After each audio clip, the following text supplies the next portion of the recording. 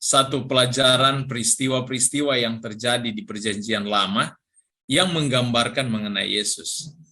Jadi ini menjadi kesempatan bagi kita untuk belajar lebih dalam, melihat bagaimana keunikan firman itu.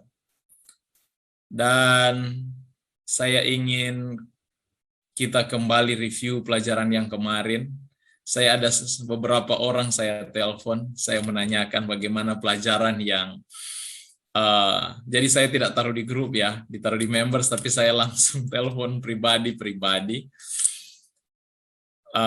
sehubungan dengan pelajaran kemarin, dan saya mengerti karena untuk pelajaran pekabaran 3 malaikat ini harus memiliki pembahasan khusus.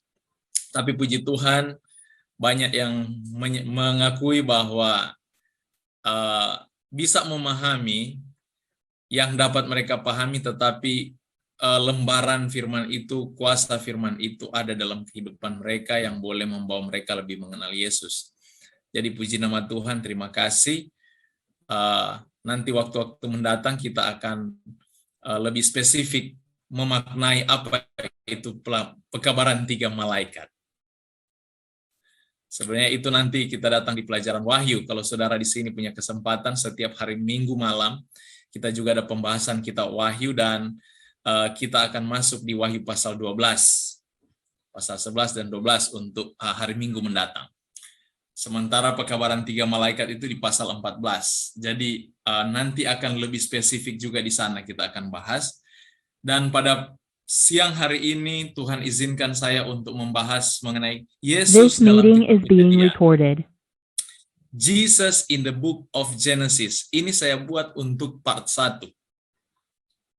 Nanti minggu depan part 2-nya, karena saya lihat terlalu panjang ini ceritanya. Karena kita akan fokus di dalam Kejadian pasal 20.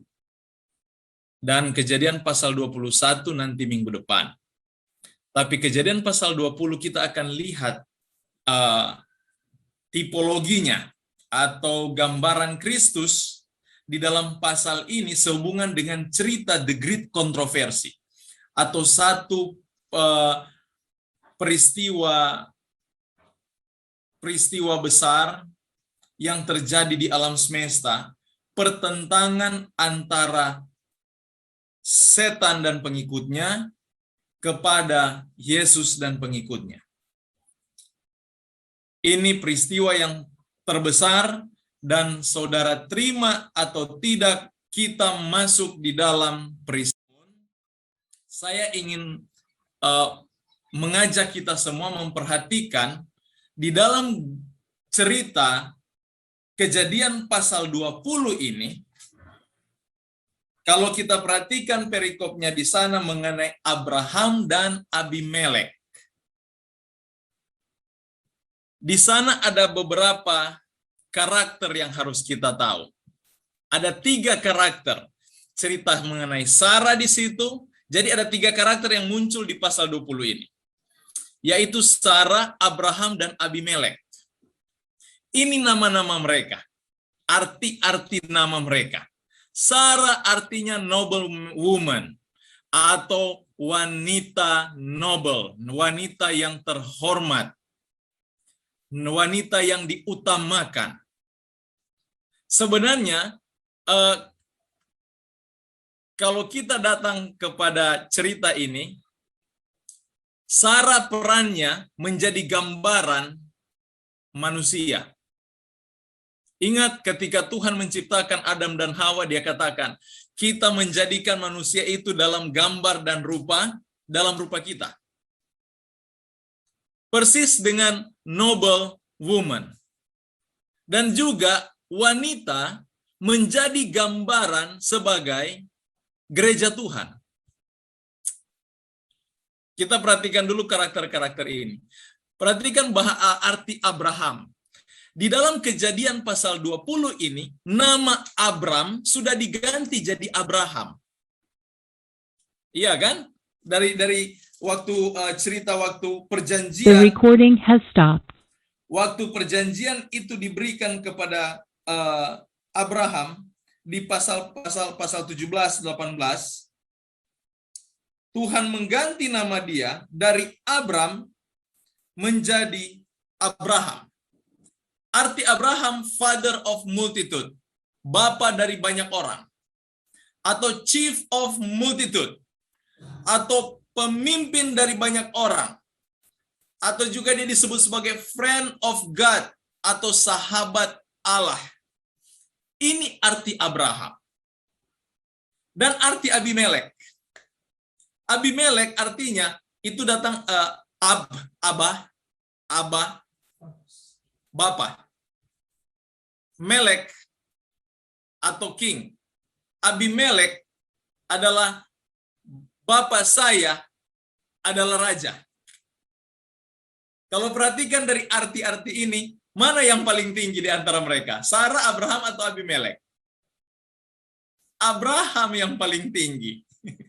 Karena Abimelek artinya bapak saya seorang raja. Berarti bukan dia yang rajanya. Bapaknya yang raja. Sekarang Abraham, dia adalah raja dari semua bangsa, semua orang. Father of multitude. Berarti Abraham, ayahnya Abimelek. Itu kalau kita hanya, kita bermain karakter di sini ya. Kita perhatikan karakternya. Lebih unik, dia adalah Raja Gerar. Dan Gerar artinya lodging place atau tempat penginapan. Mengapa saya angkat ini? Karena ini yang akan menjadi dasar peristiwa The Great Controversy dan peristiwa Yesus. Mari kita baca satu persatu ayat ini. Saudara yang punya Alkitab di rumah, mari bersama-sama dengan saya ikuti bacaannya. Mulai dari ayat 1. Lalu Abraham berangkat dari situ ke tanah Negeb, dan ia menetap antara Kadesh dan Siur. Ia tinggal di Gerar sebagai orang asing. Perhatikan. Gerar tadi artinya apa? Tempat penginapan. Dan perhatikan dia punya pernyataan. Sebagai orang asing. Ini menggambarkan bahwa dunia ini bukan tempat kita. Dunia ini bukan tempat kita. Ini kita di sini sebagai orang asing dan kita hanya menginap sementara. Karena kita akan dikembalikan ke warga negara kita, warga sorga. Kita bisa lihat ya, cerita ini. Karena saya akan hubungkan semua dengan peristiwa The Great Controversy. Di ayat 2, oleh karena Abraham telah mengatakan tentang Sarah istrinya, dia saudaraku, maka Abimelek Raja Gerar menyuruh mengambil Sarah. Pernahkah saudara sadari bahwa Yesus pernah menyatakan bahwa kita bukan istrinya, tapi kita adalah saudaranya? Di dalam kitab Yesaya pasal 49 ayat 6, ini ayat-ayat yang menyatakan bahwa Yesus menyatakan bahwa kita adalah saudaranya. Walaupun di ayat yang lain dia katakan dalam kitab Efesus kita adalah istrinya. Yesaya 49 ayat 6 dia katakan begini, terlalu sedikit bagimu hanya untuk menjadi hambaku. Tapi dia akan buat, saya langsung ambil aja yang saya sudah tebalkan hurufnya. Tapi aku akan membuat, ini firman Tuhan, membuat engkau menjadi terang. Dia bilang, terlalu sedikit kita umat menjadi hamba. Titel kita terlalu sedikit untuk dikatakan hamba. Tapi kita akan dijadikan terang. Pertanyaan, bagaimana caranya? Tuhan akan buat kita jadi terang. Jawabannya di dalam Yohanes pasal 1 ayat 4 dan ayat 9 sampai 13. Dia katakan, dalam dia, dalam Yesus, ada hidup dan hidup itu adalah terang manusia. Terang yang sesungguhnya yang menerangi setiap orang, ayat 9. Sedang datang ke dalam dunia. Ayat 10, ia telah ada dalam dunia dan dunia dijadikan olehnya, tapi dunia tidak mengenalnya. Ia datang kepada milik kepunyaannya, tapi orang-orang kepunyaan itu tidak menerimanya.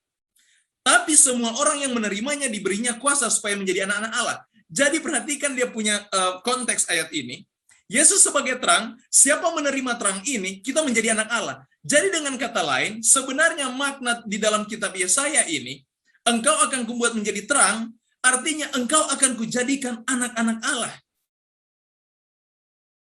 Saudara dan saya dilahirkan menjadi anak Allah ketika kita menerima Yesus.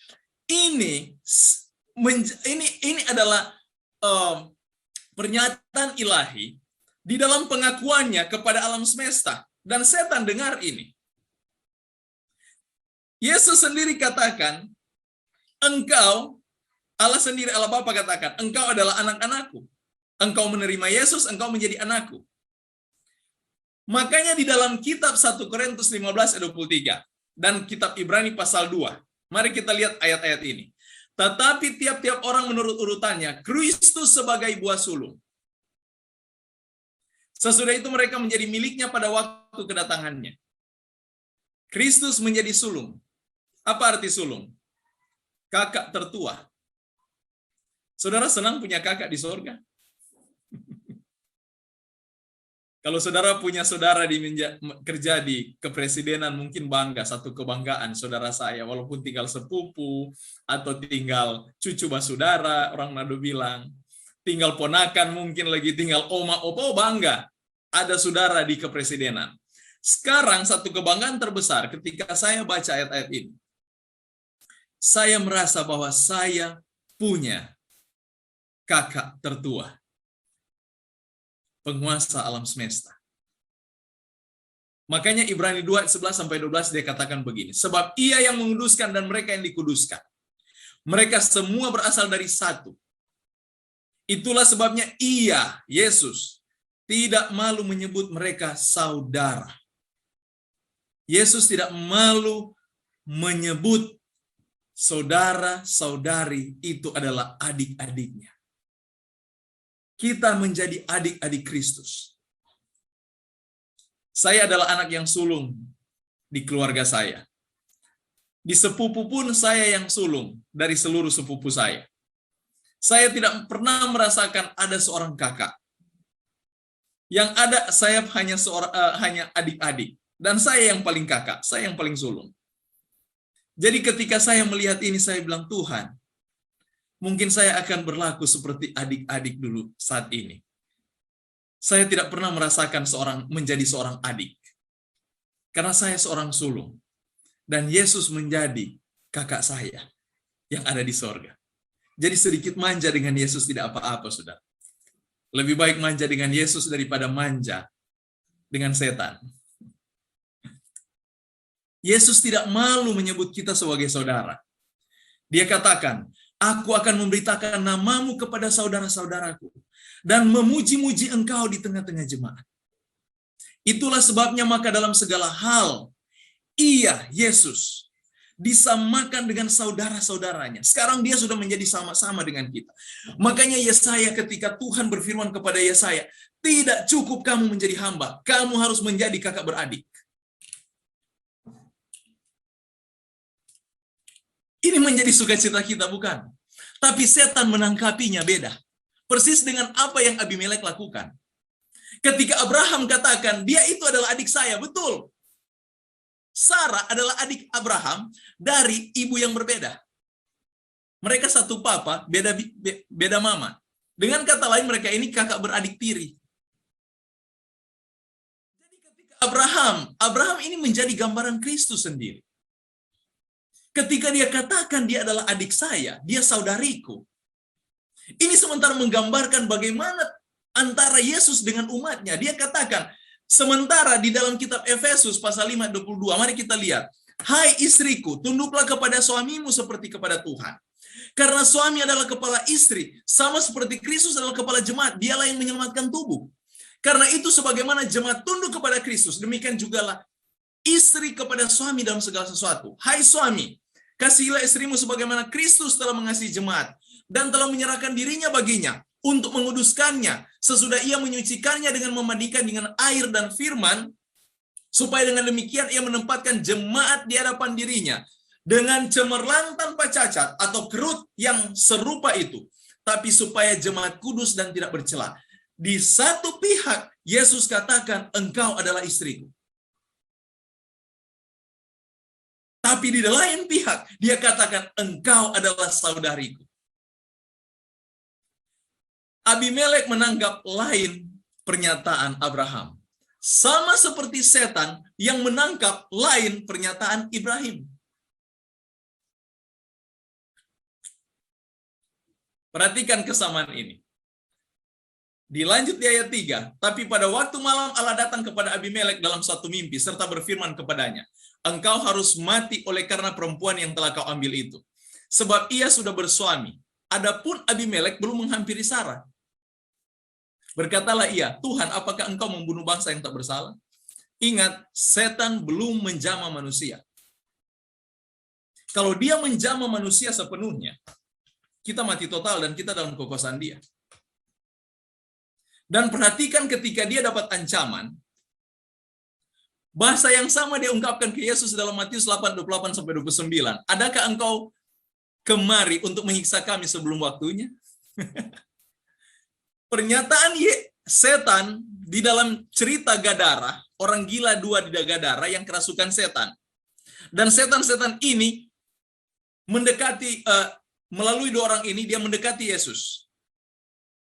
Dan mereka katakan, adakah engkau kemari untuk menyiksa kami sebelum waktunya? Pernyataan yang sama yang diungkapkan Abimelek ketika dia berbicara kepada Abraham, kepada Tuhan waktu di dalam mimpi. Apakah engkau membunuh bangsa yang tak bersalah? Saudara lihat bahasa sinkron di dalam cerita antara peristiwa Abimelek dan Abraham dengan peristiwa setan. Jadi ini 3 karakter, antara Sarah digambarkan sebagai umat manusia, dan Yesus sebagai Abraham, setan sebagai Abimelek. Karena di bahasanya, karakter-karakter mereka ini yang kita lihat, yang saya sudah tunjukkan tadi. Dan perhatikan, di ayat 5, bukankah orang itu sendiri mengatakan padaku, dia saudaraku? Dan perempuan itu sendiri telah mengatakan, ini ungkapan Abimelek kepada Tuhan ketika di dalam mimpi. Dan perempuan itu sendiri telah mengatakan, ia saudaraku. Jadi hal ini kulakukan dengan hati yang tulus dan dengan tangan yang suci. Lalu berfirmanlah Allah kepadanya dalam mimpi, aku tahu juga bahwa engkau telah melakukan hal itu dengan hati yang tulus. Maka aku pun telah mencegah engkau untuk berbuat dosa terhadap aku, sebab itu aku tidak membiarkan engkau menjamah dia. Perhatikan ini. Jangan kita salah mengerti pembahasan ini, sehingga kita berpikir bahwa seolah-olah setan tidak berbuat dosa. Tidak. Pernyataan yang sama yang terjadi dengan percakapan antara Tuhan dan setan di Ayub pasal 1 sampai pasal ayat 11. Ayat 9 sampai 11. Lalu jawab iblis kepada Tuhan, apakah dengan tidak mendapat apa-apa Ayub takut akan Allah? Bukankah engkau membuat pagar sekeliling dia? Ada perlindungan ilahi terhadap perempuan, terhadap umatnya. Sebagaimana Tuhan melindungi Ayub, dia katakan, Ayub, jangan kamu apa-apakan, dia katakan pada setan, setan, jangan kamu apa-apakan Ayub itu. Kamu boleh menjamah dia, kamu boleh mendekati dia, tapi kamu jangan jamah dia. Perhatikan di dalam Ayub pasal 1 ini, cerita mengenai percakapan antara setan dengan Tuhan untuk menjadikan Ayub sebagai victim. Jadi dengan kata lain, ungkapan yang dimunculkan Tuhan kepada Abimelek, dia katakan, aku pun telah mencegah engkau berbuat dosa terhadap aku. Berbuat dosa terhadap aku. Bagi Tuhan, ingat waktu Yesus katakan di dalam kitab Yohanes, dia katakan kepada murid-muridnya, dia katakan setan itu adalah pembunuh manusia. Mari kita buka dalam kitab Yohanes. Yohanes pasalnya yang ke-8 ayat 44. Ini pernyataan Yesus mengenai iblis. Iblislah yang menjadi bapamu dan kamu ingin melakukan keinginan-keinginan bapamu. Ia adalah pembunuh manusia sejak semula dan tidak hidup dalam kebenaran, sebab di dalam dia tidak ada kebenaran. Apabila ia berkata dusta, ia berkata atas kehendaknya sendiri, sebab ia adalah pendusta dan bapa segala dusta. Iblis adalah pembunuh. Makanya ketika pernyataan ini muncul di dalam kitab Ayub, percakapan antara setan dengan Tuhan, Tuhan katakan jangan, dan ingat, membunuh adalah dosa. Jadi dalam konteks cerita ini, dia menyatakan bahwa Jangan kamu berlaku lebih. Ini bukan menyatakan setan tidak punya dosa. Dia sudah melanggar dari awal. Tetapi pernyataan ini adalah satu pernyataan ilahi untuk melindungi umatnya, dan dia katakan, jangan kamu berbuat lebih. Atau kamu akan mendapatkan upahmu. Dengan kata lain, engkau akan binasa. Bahasa yang sama, pernyataan-pernyataan ini yang muncul sama persis dengan bagaimana percakapan, peristiwa, the great controversy dalam percakapan iblis dan Tuhan dalam kitab Ayub. Di ayat 7, mari kita maju ke ayat 7. Di ayat 7, dia katakan, jadi sekarang kembalikanlah istri orang itu. Ini pernyataan Tuhan kepada Abimelek. Sebab dia seorang nabi, juru kabar Tuhan. Ia akan berdoa untuk engkau, maka engkau tetap hidup. Tapi jika engkau tidak mengembalikan dia, ketahuilah engkau pasti mati, engkau dan semua orang yang bersama-sama dengan engkau. Pernyataan Tuhan kepada Abimelek dalam mimpi, ini adalah satu gambaran peristiwa salib.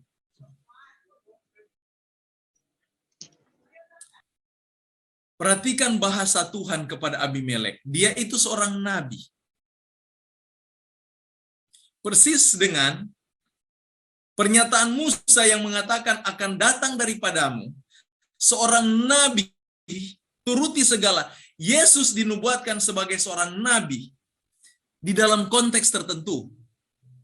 Karena dia membawa berita ilahi. Dia membawa misi ilahi. Jadi nabi ini adalah seseorang yang membawa misi ilahi. Itu nabi. Jadi Yesus di dalam konteks misi ilahi, pembawa misi ilahi, dia seorang nabi. Karena dia membawa misi. Ia akan berdoa untuk engkau. Perhatikan. Waktu Yesus mati di salib, waktu Yesus tergantung di salib, apa yang doanya yang dia ungkapkan? Selain dia katakan, perhatikan doa-doa Yesus di salib. Tuhan, ampuni mereka, karena mereka tidak tahu apa yang mereka perbuat. Apa yang menyebabkan Yesus berdoa seperti itu? Saudara, kalau kita mundur ke kitab Wahyu, maju sedikit ke kitab Wahyu. Ada satu peristiwa di dalam Wahyu pasalnya ada satu peristiwa di dalam kitab Wahyu pasalnya yang ke-5 dan 6. Di dalam pasal 5, dia sementara menceritakan kelayakan anak domba yang akan membuka meterai. Bahwa hanya anak domba ini yang layak membuka meterai. Tadinya Yohanes menangis. Dia menangis dengan terseduh. Sedih melihat tidak ada satu orang pun yang sanggup membuka meterai itu. Akhirnya seekor anak domba yang tersembelih membuka meterai itu. Saudara, kalau perhatikan kitab Wahyu, meterai-meterai yang dibuka oleh anak domba ini, yang tersembelih, adalah membuka sejarah umat manusia ke depan. Itu peristiwa sesudah penyalipan. Makanya dikatakan dalam Wahyu secara simbolik, domba yang tersembelih, kalau dia belum tersembelih, dia tidak boleh buka itu meterai. Harus tersembelih baru dia bisa mampu membuka meterai itu. Ketika dia membuka meterai itu, yang dilihat adalah peristiwa demi peristiwa yang terjadi dengan perjalanan kekristenan sesudah masa penyalipan itu. Mengapa meterai? Kenapa disebut dengan meterai atau segel yang hanya seorang yang memiliki hak membuka itu yang bisa buka? Dan perhatikan ini. Di dalam peristiwa ini, peristiwa salib sebenarnya adalah puncak dari segala sesuatu. Bukti dari segala dosa. Puncak dari segala pemberontakan. Sebenarnya waktu disalib, waktu Tuhan turun di dalam kegelapan, peristiwa itu sebenarnya peristiwa dosa dapat diselesaikan sampai disalib. Tidak ada alasan lain. Bukti pemberontakan setan, apabila setan diizinkan terus hidup di sorga, dia akan membunuh Allah sendiri. Jadi seluruh alam semesta sudah melihat kondisi dari pemberontakan setan ini. Mereka sudah melihat semua. Jadi buktinya sudah jelas. Buat apa mau ditahan-tahan lagi? Lepaskan saja Yesus, angkat dia ke surga, dan binasakan ini dunia ini dengan manusia-manusia yang membunuh dia. Kalau Tuhan buat itu bisa, bukan tidak bisa. Pembuktian dosa itu sudah nyata. Saudara lihat peristiwa ini. Jadi sebenarnya salib adalah puncak peristiwa dosa. Kalau Yesus sampai selesaikan itu disalib semuanya, saudara dan saya tidak akan hadir saat ini. Kita tidak akan pernah berada di sejarah dunia masa ini, generasi ini. Tidak akan pernah. Makanya perhatikan waktu di dalam ketika Yesus berdoa, Eloi, Eloi, lama sabachthani. Di dalam para teolog, saya baca-baca beberapa kutipan. Pada umumnya teolog menerjemahkan ini di dalam segi bahasa Ibrani yang dikutip dalam Wahyu dalam Mazmur pasal 22 ayat 1. Allahku, Allahku, mengapa engkau meninggalkan aku? Pada umumnya demikian. Tetapi menggunakan, sebenarnya ini ada sedikit perbincangan antara bahasa yang digunakan Yesus. Apakah itu bahasa Ibrani atau Aramaik? Tetapi sebenarnya Yesus menggunakan bahasa Aramaik. Dia gunakan Eloi, Eloi, lama sabachthani. Makanya orang Israel, imam-imam yang ada di dekat situ, ini imam-imam kepala. Mereka bukan bodoh bahasa Ibrani. Mereka sendiri waktu dengar Yesus katakan, Eloi, Eloi, lama sabachthani. Mereka berpikir dia memanggil Eli, Eli, Elia, Nabi Elia. Makanya mereka olok. Mereka bilang, oh mungkin dia memanggil Elia kali. Tunggu aja Elia mau datang selamatkan dia. Mengapa? Karena mereka tidak paham apa yang sementara dia sebutkan. Dia menggunakan bahasa Aramaik yang ekspresinya, kalau saya di sini saya ambil dia punya makna sebenarnya di dalam terjemahan Aramaik. Sabachthani artinya deliverer. Dengan kata lain dia seperti dikatakan juga, for this hast thou spared. Karena ini engkau telah buat saya bertahan. Atau deliverer, diberikan. Jadi sebenarnya ini bahasa ekspresi, kalau saya terjemahkan di dalam bahasa kita hari-hari, Eloi, Eloi, lama sabachthani, Yesus berkata demikian. Dia katakan begini, Allahku, Allahku, ingat saya sudah dilepaskan. Ini kalau mau terjemahkan bebas. Allahku, Allahku, ingat saya sudah jadi manusia. Allahku, Allahku, saya sudah bertahan seperti ini. Saya manusia. Ungkapan Allahku, Allahku, mengapa engkau meninggalkan aku? Bahasanya sepertinya Yesus itu mengeluh. Yesus itu bersungut. Sementara Yesus tidak pernah bersungut. Dia tidak pernah mengeluh. Di dalam penderitaannya pun dia bersuka cita karena dia melihat ini nubuatan Nabi Yesaya pasal 51.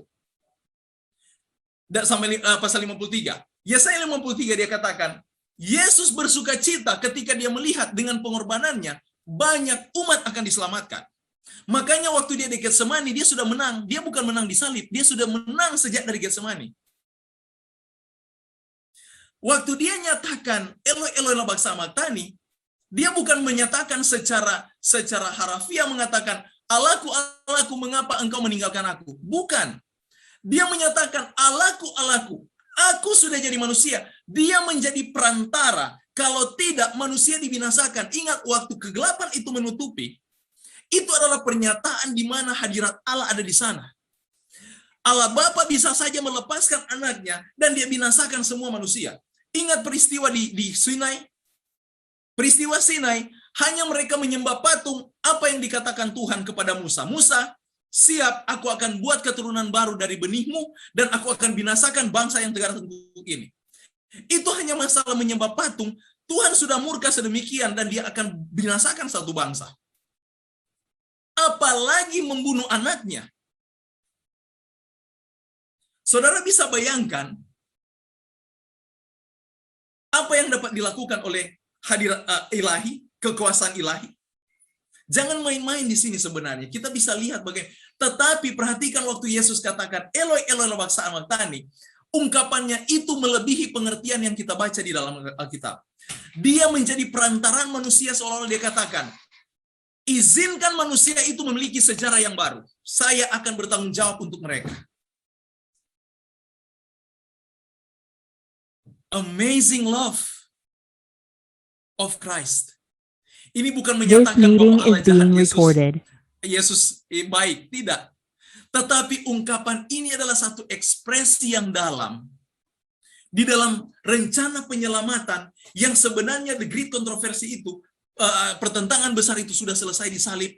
Tapi Tuhan masih mengizinkan dengan mata nubuatan dia melihat ke depan untuk menghadirkan saudara dan saya. Jadi kehadiran kita ini adalah belas kasih ilahi. Jangan kita sia-siakan kesempatan ini. Yesus mendoakan ini persis dengan pernyataan Allah kepada Abimelek. Dia akan mendoakan kamu supaya engkau tetap hidup. Tapi jika engkau tidak mengembalikan dia, engkau pasti mati. Kalau setan bersikeras di saat penyalipan untuk membuat dunia ini memang dia punya, dia pasti mati. Tidak mungkin tidak. Tetapi salib menyatakan kekalahan setan dengan total.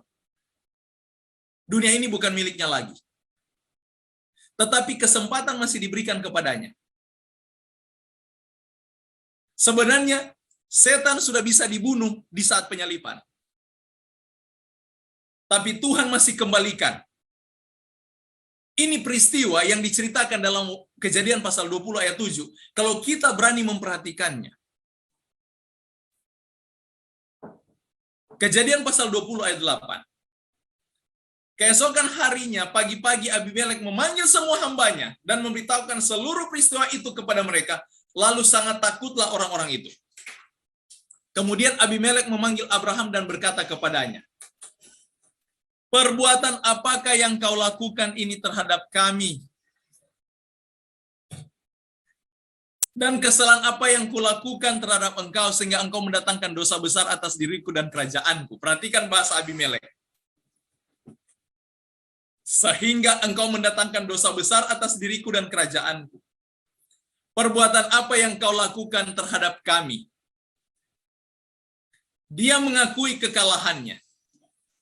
Sebagaimana setan mengakui kekalahannya. Tetapi pernyataan Abimelek, di mana dia masih mengakui dunia ini adalah miliknya. Dia adalah seorang raja. Kerajaannya ada di dunia ini. Pengakuan ini, karakter Abimelek tidak terlepas dari kesombongannya, bahwa dia itu adalah raja. Demikian bahasa setan. Perhatikan peristiwa The Great Controversy. Peristiwa kejatuhan setan, pemberontakan setan di sorga dalam Yesaya pasal 14 ayat 3. Kita perhatikan kecocokan cerita ini. Ketika dia katakan perbuatan apa yang kau lakukan ini terhadap kami. Dia sudah mengakui kekalahannya. Setan mengakui kekalahannya. Dan dia katakan, sehingga engkau mendatangkan dosa besar atas diriku dan kerajaanku. Engkau telah berbuat hal-hal yang tidak patut kepadaku. Dia masih mengakui bahwa dunia ini adalah kerajaannya. Dari sorga dia mengimpikan hal itu. Engkau yang tadinya berkata dalam hatimu, Yesaya pasal 14 ayat 13, aku hendak naik ke langit, aku hendak mendirikan tahtaku mengatasi bintang-bintang Allah, dan aku hendak duduk di atas bukit pertemuan, jauh di sebelah utara.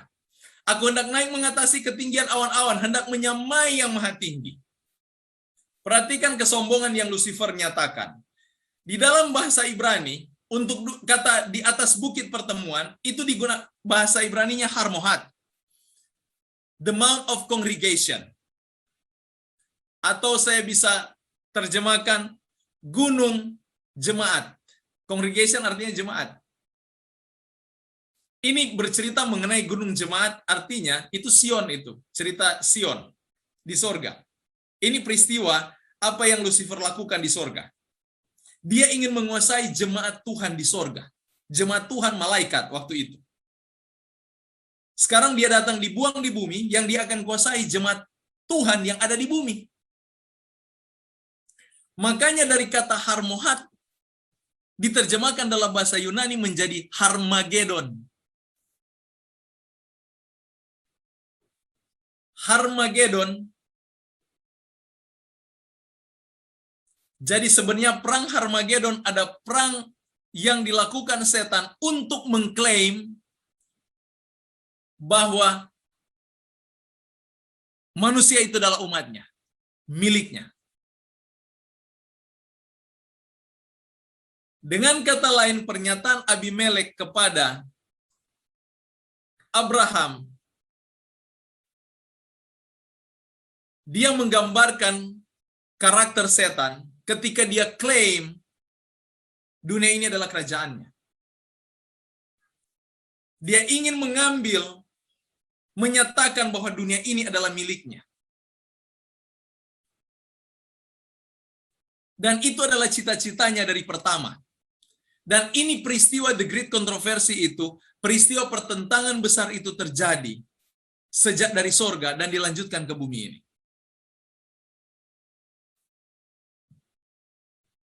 Di ayat 13, ketika Allah menyuruh aku mengembara, perhatikan pernyataan Yesus, pernyataan Abraham. Ini menggambarkan peristiwa Yesus. Ketika Allah menyuruh aku mengembara, keluar dari rumah Bapakku, keluar dari rumah Bapakku, di mana rumah Bapak Yesus? Sorga. Dia katakan kepada istriku, tunjukkanlah kasihmu kepadaku. Pernyataan yang sama yang Yesus katakan kepada kita umat. Tunjukkanlah kasihmu kepada Yesus.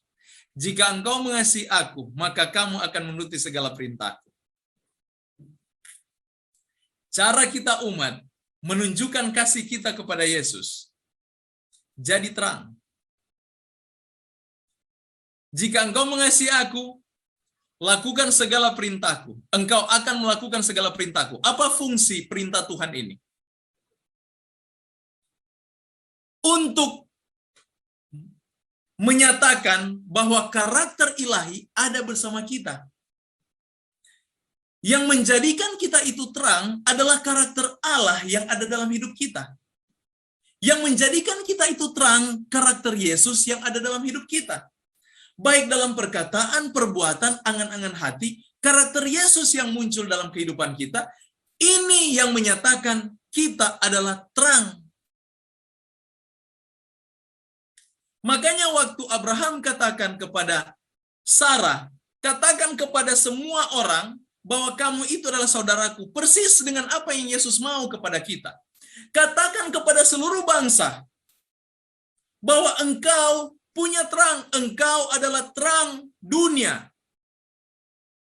Yang bukan di bawah gantang, bukan di bawah tempat tidur, tapi digantung di atas gantang, supaya semua orang melihat, taruh di atas gunung. Kalau kita menyatakan bahwa kita mencintai Yesus, nyatakan karakter Kristus dalam kehidupan kita. Makanya ketika Yesus katakan, jika engkau mengasihi aku, kalau engkau mau tunjukkan cintamu kepadaku, nyatakan siapa kamu melalui karakter yang kuajarkan kepadamu. Demikian kita akan disebut saudara. Kita akan membawa terang. Pembawa terang. Tidak cukup bagimu disebut hamba.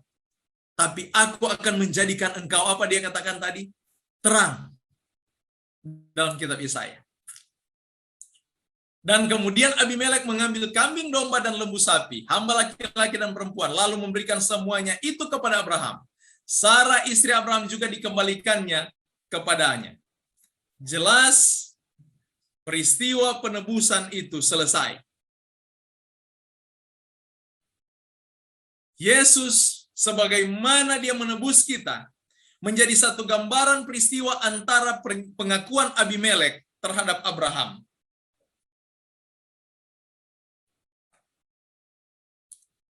Kita lanjut ayat 15. Dan Abimelek berkata, negeriku ini terbuka untuk engkau, menetaplah di mana saja engkau suka. Lalu katanya kepada Sarah, telah kuberikan kepada saudaramu 1000 sikal perak. Itulah bukti kesucianmu bagi semua orang yang bersama-sama dengan engkau. Maka dalam segala hal engkau dibenarkan. Perhatikan pernyataan Abimelek. Dalam segala hal engkau dibenarkan. Ada satu masa di mana setan pun akan mengakui kemuliaan Tuhan dan kesucian umatnya. Lalu Abraham berdoa kepada Allah dan Allah menyembuhkan Abimelek dan istrinya dan budak-budaknya perempuan sehingga mereka melahirkan anak. Sebab tadinya Tuhan telah menutup kandungan setiap perempuan di istana Abimelek karena Sarah, istri Abraham itu. Tuhan menutup semuanya, kandungan, menutup segala berkat karena Sarah. Perhatikan peristiwa salib. Tuhan bisa menutup dan mengunci segala sesuatu. Ketika kegelapan itu turun, itu menyatakan bagaimana Tuhan di dalam keagungannya. Dia ingin menutup segala sesuatu. Peristiwa sejarah dunia akan dihentikan. Tapi oleh karena doa Kristus, doa Yesus bagi saya, saudara, kita semua, kita diberikan kesempatan untuk hidup. Ada satu generasi yang baru yang lahir di bawah pekerjaan Tuhan. Makanya kalau kita hubungkan ini kitab Wahyu, begitu indah ceritanya. Di dalam Wahyu pasal 1 diawali dengan inilah cerita, inilah wahyu mengenai Yesus Kristus. Kitab Wahyu itu menceritakan cerita bagaimana pekerjaan Yesus dengan umatnya sepanjang zaman.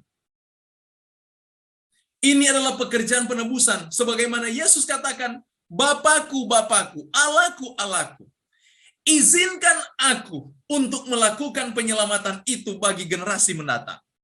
Aku yang akan bekerja untuk keselamatan mereka.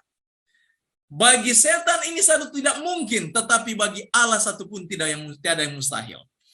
Yesus sebagai manusia menjadi contoh di dalam penurutan kita, tetapi dia sebagai Allah di sorga memberikan kuasa kepada kita untuk menyelesaikan misi penyelamatannya. Supaya misinya sempurna, doanya dipenuhi. Allah begitu baik dalam kehidupan kita. Kesempatan kita hidup saat ini bukan kesempatan untuk berleha-leha, bersenang-senang. Ingat, kita hidup adalah bagian dari doa Yesus. Kita hidup oleh karena pengorbanan Kristus. Dan kiranya nama Yesus yang selalu ditinggikan dalam kehidupan kita, mulai hari ini, sampai selama-lamanya. Saya bawa dalam nama Yesus. Amin.